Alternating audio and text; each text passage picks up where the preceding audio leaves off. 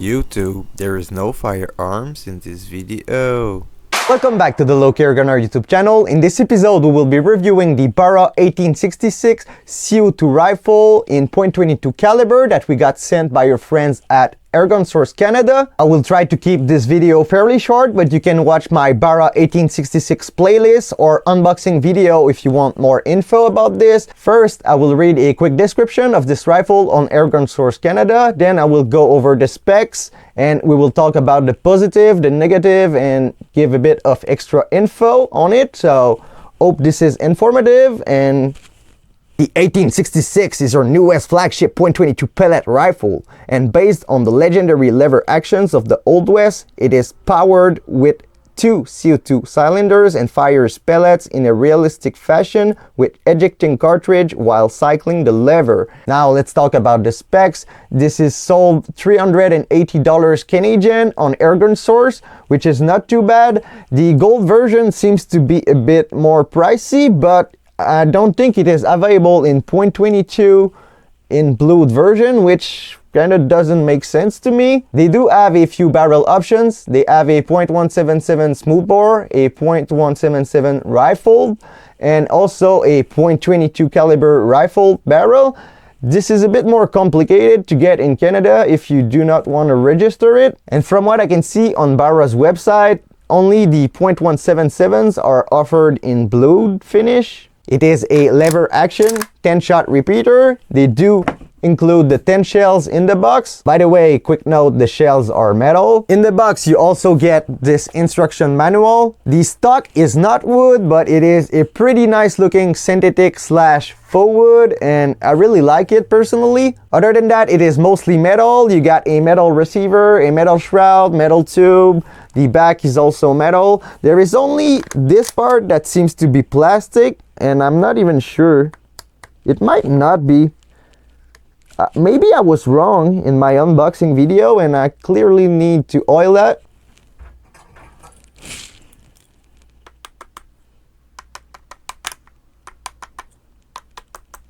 I'm not even sure if this is plastic or not, to be fair.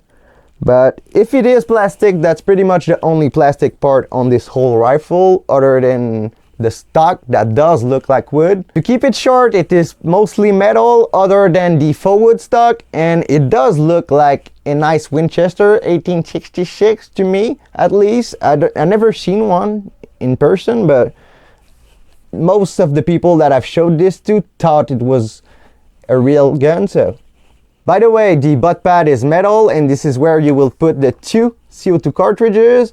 There is also the little wrench to tighten it included in there. Barra claims around 410 FPS for those rifles in .22 caliber, but I got around 440 FPS with 11.9 grain RWS hobby pellets, which is closer to the 450 FPS claim on Airgun Source Canada.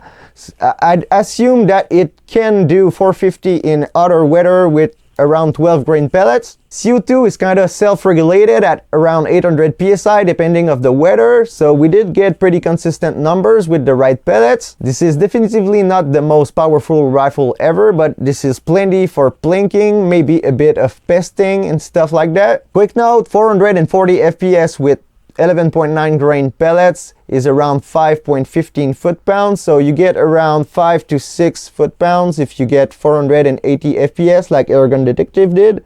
For the shot count, I will say that you get around 90 shots on 2 cartridge, but maybe more like 80 for more consistency / no velocity drop.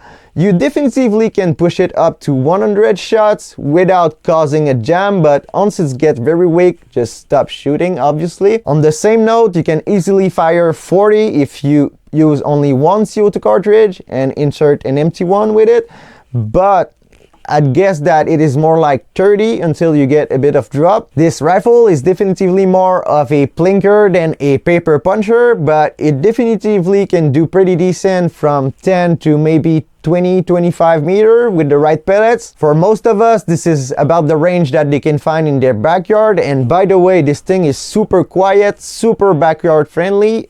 I will not be scared to use that in a backyard unless your neighbor is really It does come with a 2-slot removable Picatinny rail to use optics on, and I personally do like that. I know that some people will not be fan of modern optics on vintage / old school rifles, so they do have flip up open sights. The front sight post is metal and non-adjustable, while the rear sight post is a flip up plastic sight with 3 options for elevation. Basically, like that, you will shoot the lowest. If you use the peep sight in the middle, you will shoot about mid height. And if you really want to push the distance, you can use the top one. This is definitively not the best sights that I've ever seen, but it works fairly good for plinking. Quick note, since those are not adjustable, the windage was pretty good on target. You cannot adjust that, and it is pretty fun to have at least a few elevation options. The rifle weighs around 6.5 pounds, and it really feels like the real deal, and the action too. The overall length of this rifle is 38.5 inches with a 18-inch barrel. It seems to be very ambidextrous, even though the loading port is on the right side, and the length of pull is right at 14 inches. Talking about this trigger, it does feel very nice. Basically, you have a wall right there, nice wall. And then it is right around 2 pounds. It has 2 safeties. Basically, this manual safety will prevent you to cock it. And if you do cock it after that, this grip safety will prevent you to fire it if you are not holding the grip. I personally thought this would be annoying, but it really was not. So if you are scared of that, just know that if you are holding it right, it already does use the safety. So now for the Canada specifics, basically this has not been detuned for Canada, but the .177 barrels might need to be registered / might be complicated to even get, because if you did not register the rifle first, all you will register the barrel. Anyways, those are not available at Airgun Source Canada, so Barra has awesome customer service. They have a 1-year warranty on this, and Airgun Source will take care of it if you have any issues. Quick note, Barra does tell you to register it online within 1 month. I did not do that, and I had to contact them, and it still worked.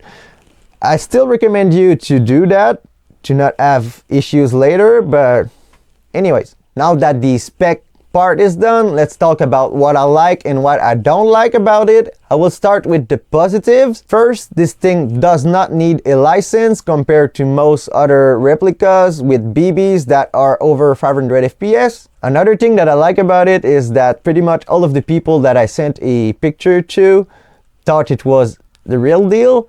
I want to add to that it pretty much feels like the real deal too, so that's awesome to me. I know that some of you guys don't like plastic, but this faux wood stock does look really nice and will not get scratched up. Other than that, it is mostly metal, so that's definitively real nice. I guess this leads to the next point. It feels solid. It doesn't feel like a toy, and you can use it like you mean it. I've cycled almost 300 shots in this rifle yet with 6 CO2 cartridges, and I had only 1 stovepipe. The action works very good. I don't even know if this stovepipe was my fault, because if you do that, it will not eject. This is the ejector, so you really got to do that in one motion.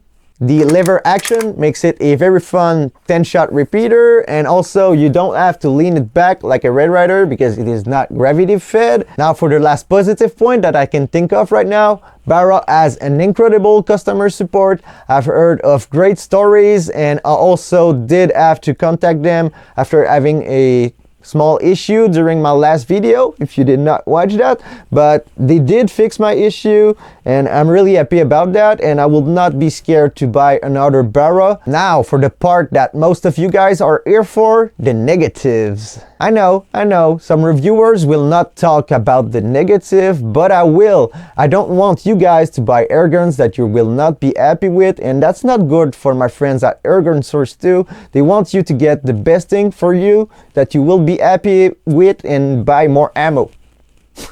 The first negative point that I discovered while unboxing it is that they could be a bit more precise on how to oil it. They tell you to oil the hammer, but they don't even tell you where. My second negative point will be the plastic non-adjustable sights. This is not the best. It works, but it could be better. At least the windage is not too far off, and they do provide you 3 elevation settings. Now, one big point that might be a bummer for collectors and stuff like that, the finish was looking pretty good when I got it. I had a few finger marks and stuff, but that was no big deal. But at this point, after using my own fingers and stuff, you can tell that this is where I touch it the most. It is turning silver, so the gold finish might not be the best. It seems to be available in a blued version for the .177s, but I don't get, well, it doesn't seem to be in .22 caliber. I personally would like a blued version if that's to happen with a gold one, but you know, I just want you to be aware of that, and if you want it to be perfect forever, you want to be real careful with it and maybe not even shoot it. I don't know, but you can tell where I was touching it, and I did oil it fairly often. Basically, Barra, if you are not offering this in blued version, please do. Now let's talk about those nice pellet cartridges that make this thing so nice to shoot. Basically, they do have a little downside to them. This rubber color seems to be squishing softer pellets like JSBs, so that might make it a bit more pellet picky. Also, since the pellet has to come from the shell into the barrel, it seemed to favor woodcutter / flat nose pellets. And now to refer to my last little issue, basically I dropped a color with a pellet inside in the grass while shooting last time, and I lost it. So those are not glued in. I think it could be a good idea that you do glue them, or that Barra does glue them from now on, but they did fix my issue. They will send everything that I need to fix this problem, so I cannot complain. On 300 shots, I had this happen only once, and it happened to be in the grass. So that was pretty annoying. I also think that I was part of the issue because it was loaded. I cycled it because I did not remember. The shell fell on the ground, and the weight of the pellet did cause the color to slide out. So, is it my fault? Is it the shell's fault? You will judge that. I don't care. So this will be about it for the negative. Nothing major, but some things that I do think it is important to know if you want one yourself. I personally think myself that there is more positive than negative, and that it is worth it. I had a blast shooting this thing. It is definitively the best plinker I've tried yet. I'm not a huge replica fan, but I had a lot of fun trying this one, and I don't mind trying others. I will try not to ramble for too long still, but I will go with a bit of extra info. Basically, you do want to tighten the CO2 tube / cap pretty hard, or it will only pierce one of the 2 cartridges. This was my first error in the first video. Also, if you plan on using the open sights, especially on the first setting, I do recommend removing the picketing rail before you get to the range, or at least bring tools like I did not. We got around 440 FPS with 11.9 grain pellets in 20 degrees Celsius weather. I do think it can go up to 450, but I don't understand why Airgun Detective got around 480 with the same pellets. In the last episode, I had a bit of issues with my chronograph, but I think that we can trust those numbers that we got. 410 FPS with JSB 13.43 grains in 15 degrees Celsius after a bunch of shots. So they do reach the claim velocity, I would say. For the accuracy, we got around 1 inch from 10 meter with this 3 MOA red dot. I do believe that you could find better pellets for it, but I also do think that this is plenty for plinking. I did not miss a single can, I believe, and it was a lot of fun for real. I cannot stress this enough. If you want a punch paper, a QB78 might be the best option for that, but for the fun factor, this is a winner. This is just so fun to shoot. This is it. Airgun Detective seemed to have better accuracy with the hobbies than I did, and it did get under 1 inch at 20 meters. I don't know if I can do that with the pellets I currently have. I need more .22 caliber pellets for sure, but it should do around 1 inch at 10 to 20 meter. The velocity will hurt you after that, but I think it is a very nice backyard plinker. So to finish with, one big tip that I can give you is to try flat nose / wad cutter pellets in it. Those RWS seem to be a good option.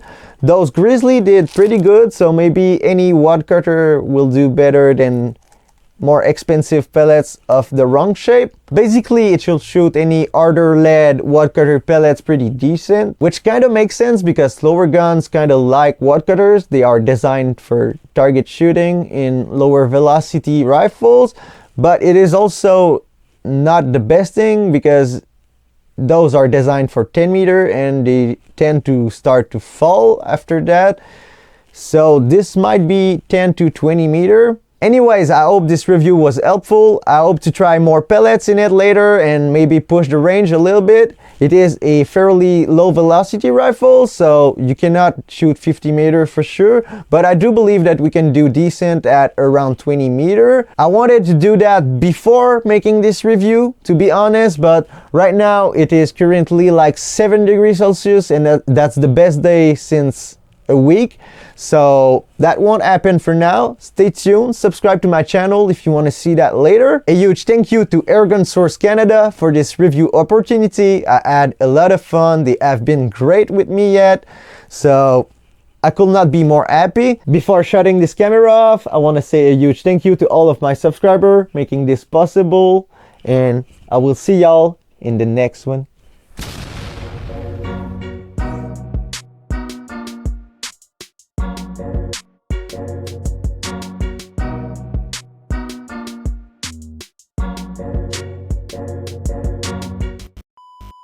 Now for the 5-second review, I got around 300 rounds to it, only minor issues. I really like it. It is a lot of fun. You can find it on Airgun Source Canada.